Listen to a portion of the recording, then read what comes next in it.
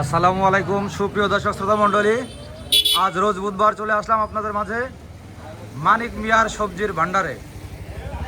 দেখুন কি সুন্দর সুন্দর টাটকা টাটকা পুঁইশাক আর সেই বিখ্যাত লম্বা লম্বা কলা নিয়ে মানিক মিয়া আজ হাজির হয়ে গেছে আপনাদের মাঝে।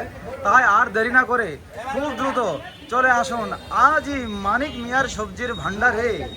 দেখুন সেই উজ্জ্বল বর্ণের সোনালী কালারের সবুজ সবুজ উস্তে আছে হাইব্রিড শসা, আর এই দেখুন সেই সেই সেই বিখ্যাত কলা।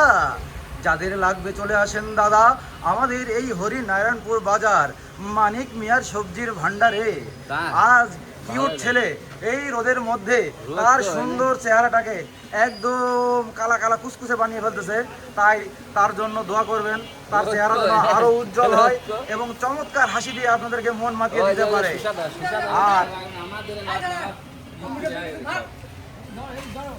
এই যে আমাদের সেই মুরব্বী চাচা সস্তায় আপনাদের জন্য বসে আছে রাস্তার রাস্তার মোড়ে, চলে আসবেন তার কাছেও।